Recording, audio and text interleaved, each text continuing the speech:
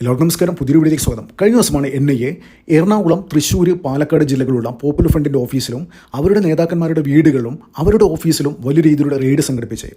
അപ്പോൾ ഈ റെയ്ഡിനെ തുടർന്ന് പല ഞെട്ടിക്കുന്ന വിവരങ്ങളും NIAക്ക് ലഭിച്ചു എന്നാണ് ഇപ്പോൾ പുറത്തുവരുന്ന റിപ്പോർട്ട്. അതായത് 2022 സെപ്റ്റംബർ 28 പോപ്പുലർ ഫ്രണ്ട് എന്ന ഭീകരവാദ സംഘടനയെ കേന്ദ്ര സർക്കാർ നിരോധിക്കുന്നത്. അപ്പോൾ നിരോധിച്ചിട്ട് ഇത്ര വർഷമായിട്ടും വളരെ രഹസ്യമായിട്ട് അവർ ഇപ്പോൾ ഒത്തുകൂടുന്നുണ്ടെന്നും രഹസ്യമായിട്ട് അവരുടെ സംഘടനാ പ്രവർത്തനം നടത്തുന്നുണ്ടും എന്നുള്ള വിവരത്തിൻ്റെ അടിസ്ഥാനത്തിൽ തന്നെയാണ് ഈ റെയ്ഡ് നടന്നത്. അപ്പോൾ ഇപ്പോഴും വിദേശത്ത് നിന്ന് ചെറിയ ചെറിയ രീതിയിൽ പല ആൾക്കാരുടെ പല അക്കൗണ്ടുകൾ ഉപയോഗിച്ചിട്ട് ഇപ്പോഴും ഫണ്ട് സ്വരൂപിക്കുന്നുണ്ടെന്നും ഇപ്പോഴും അവർ ആയുധ പരിശീലനം നടത്തുന്നുണ്ടും എന്നുള്ള വളരെ നിർണായക വിവരങ്ങൾ NIAക്ക് ലഭിച്ചിട്ടു എന്നുള്ള വാർത്തകളാണ് ഇപ്പോൾ പുറത്തു വരുന്നത്. അപ്പോൾ ഇതിൻ്റെ അടിസ്ഥാനത്തിൽ കൂടുതൽ അന്വേഷണം വ്യാപിപ്പിക്കാൻ വേണ്ടിയിട്ട്, അതായത് ഇവരുടെ പ്രവർത്തനങ്ങൾ ഏതൊക്കെ മേഖലകളെല്ലാം വ്യാപിച്ചിരിക്കുന്നത്, അതായത് ഇപ്പം ഈ നിരോധനത്തിന് ശേഷം ഈ സംഘടനയിൽപ്പെട്ട പല ആൾക്കാരും കുറേ ആൾക്കാർ അവരുടെ സാധാ പ്രവർത്തകരുടെ സാധാ ഭീകരവാദികളൊക്കെ മറ്റ് BJP ഒഴികെ മറ്റു പല പാർട്ടികളിലേക്കും പോയിട്ടുണ്ട്.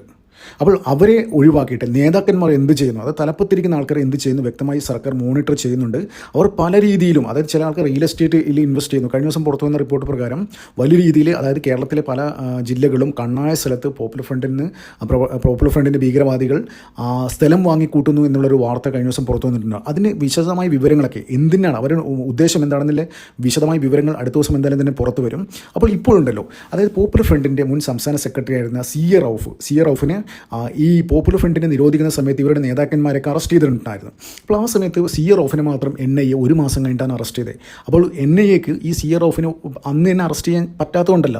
അപ്പോൾ ഇവർ എത്രത്തോളം എന്തൊക്കെ കമ്മ്യൂണിക്കേഷൻസ് ഉണ്ട്, ആരൊക്കെയായിട്ട് കമ്മ്യൂണിക്കേറ്റ് ചെയ്യുന്നത്, എന്തൊക്കെ ഡീലുകളാണ് നടത്തുന്നതെന്ന് അറിയാൻ വേണ്ടിയിട്ട് ഈ റൌഫിനെ വിട്ടിരിക്കുകയായിരുന്നു. അതായത് NIA ഇവൻ്റെ പുറകിൽ തന്നെ ഉണ്ടായിരുന്നു.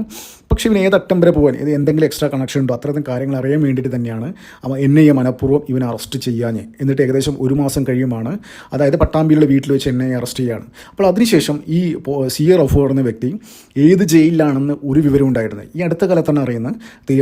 വിയൂർ ജയിലായിരുന്നു. അതിനുശേഷം ജാമ്യം കിട്ടിയെന്നൊക്കെ പറയുന്നുണ്ട്. ഇപ്പോൾ പുറത്താണോ അകത്താണോ എന്ന കാര്യം ആർക്കും അറിയില്ല. പക്ഷെ എന്ത് തന്നെയായാലും ഈ സി എ റൌഫിനെ വീണ്ടും ചോദ്യം ചെയ്യാൻ വേണ്ടിയിട്ട് NIA ഒരുങ്ങുന്നു എന്നുള്ള വാർത്തയാണ് ഇപ്പോൾ പുറത്തു വരുന്നത്. അതായത് ഈ സി എ റൌഫ് ആയിരുന്നു ഇതിൻ്റെ ഭയങ്കരമായിട്ട് ഫണ്ട് റേസർ ആയിരുന്നു ഈ പോപ്പുലർ ഫ്രണ്ടിനെ സംബന്ധിച്ചിടത്തോളം.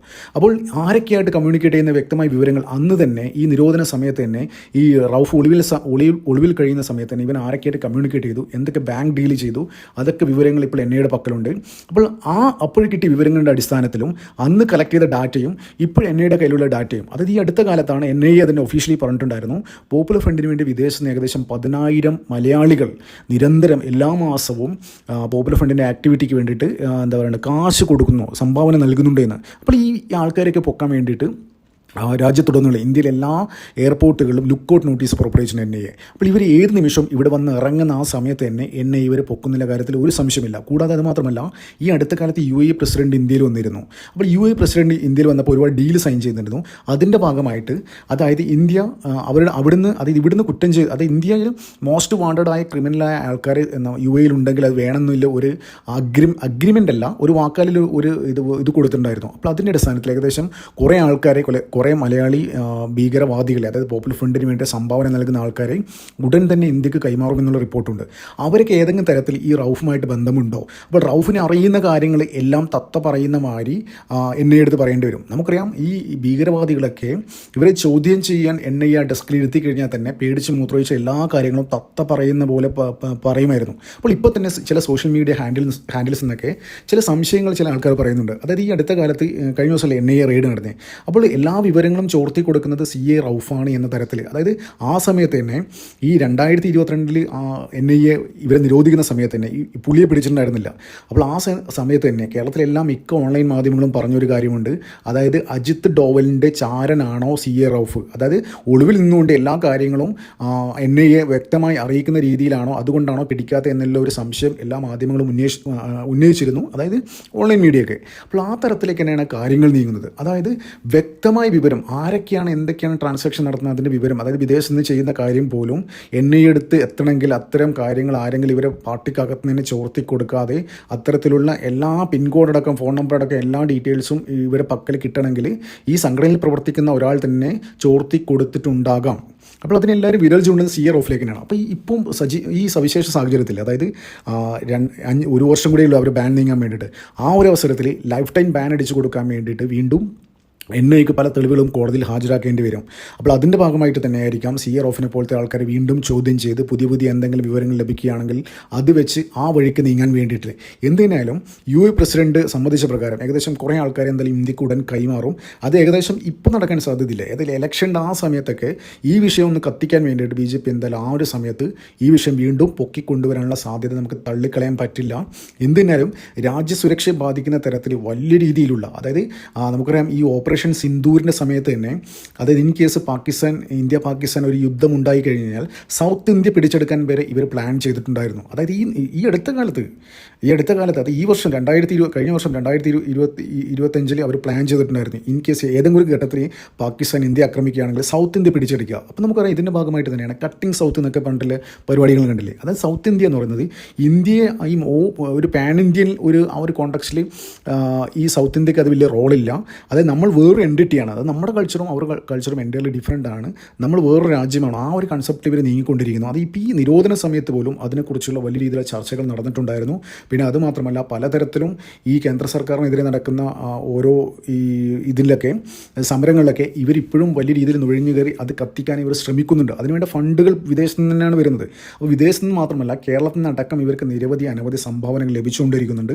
അപ്പോൾ വലിയ രീതിയിലുള്ള ഒരു സവിശേഷ സാഹചര്യം തന്നെയാണ് കേരളത്തിലുള്ളത്. അപ്പോൾ അതുകൊണ്ട് തന്നെയാണ് ഇതിന് എന്തെങ്കിലും പുതിയ മാനങ്ങളുണ്ടോ. അതായത് ഇപ്പം ഈ ഓപ്പറേഷൻ സിന്ദൂറിൻ്റെ സമയത്ത് തന്നെ കട്ടിങ് സൗത്തിൻ്റെ ആ ടീമൊക്കെ ഈ കേരളം സൗത്ത് ഇന്ത്യ പിടിച്ചെടുക്കാൻ ശ്രമിച്ചു എന്നുള്ള വാർത്ത വന്നില്ലേ. അപ്പോൾ അതിനൊക്കെ ആരാണ് ഉത്തേജനം നൽകുന്നത്, അതിനൊക്കെ പിന്നിൽ ആരൊക്കെയാണ് പ്രവർത്തിക്കുന്നത്, എന്തെങ്കിലും വിദേശ ഫണ്ടിങ് ഉണ്ടോ, അതെല്ലാം ഏകദേശം ഒരു കൺസോൾട്ടേറ്റുള്ള ഒരു വ്യക്തമായ വിവരം NIAയുടെ പക്കലുണ്ട്.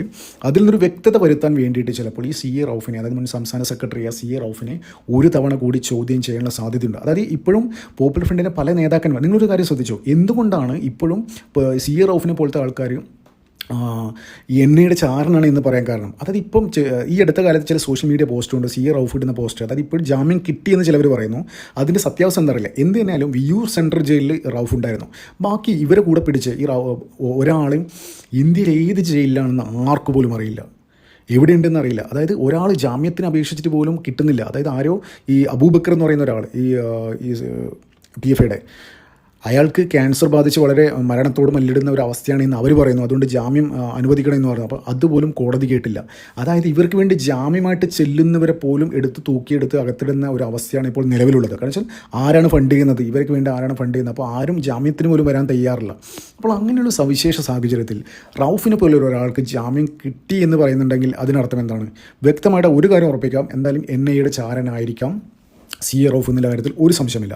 എന്തുതന്നെയാലും ഈ പുതിയൊരു സാഹചര്യത്തിൽ, അതായത് വലിയ രീതിയിലുള്ള ആക്രമണങ്ങൾക്കും ഇതിനും കൂട്ടാൻ ഈ PFIയുടെ ആൾക്കാർ ഒരുങ്ങുന്നു എന്നുള്ള സാഹചര്യത്തിൽ ഇയാളെ വീണ്ടും കസ്റ്റഡിയിലെടുത്ത് ചോദ്യം ചെയ്ത് കഴിഞ്ഞാൽ ഗൾഫിൽ നിന്നടക്കം, അതായത് വിദേശ രാജ്യങ്ങളിൽ നിന്നടക്കം വരുന്ന ഫണ്ടിൻ്റെ സോഴ്സ് അറിയാനും ആരൊക്കെയാണ് അതിൻ്റെ മാസ്റ്റർ മൈൻഡ് എന്ന് അറിയാനോ വ്യക്തമായ വിവരങ്ങൾ അന്വേഷണ ഏജൻസികൾക്ക് സാധിക്കുമെന്നുള്ള കാര്യത്തിൽ ഒരു തർക്കമില്ല. അപ്പോൾ എന്തുതന്നെയാലും ഈ ഒരു ഇലക്ഷൻ്റെ ഒരു പശ്ചാത്തലത്തിൽ ഇത് നല്ല രീതിയിൽ കത്തിക്കാൻ BJPക്ക് അറിയാം. BJP കത്തിക്കുന്നുള്ള കാര്യത്തിൽ ഒരു സംശയമില്ല. നന്ദി, നമസ്കാരം. മറ്റു വീഡിയോ കാണാം.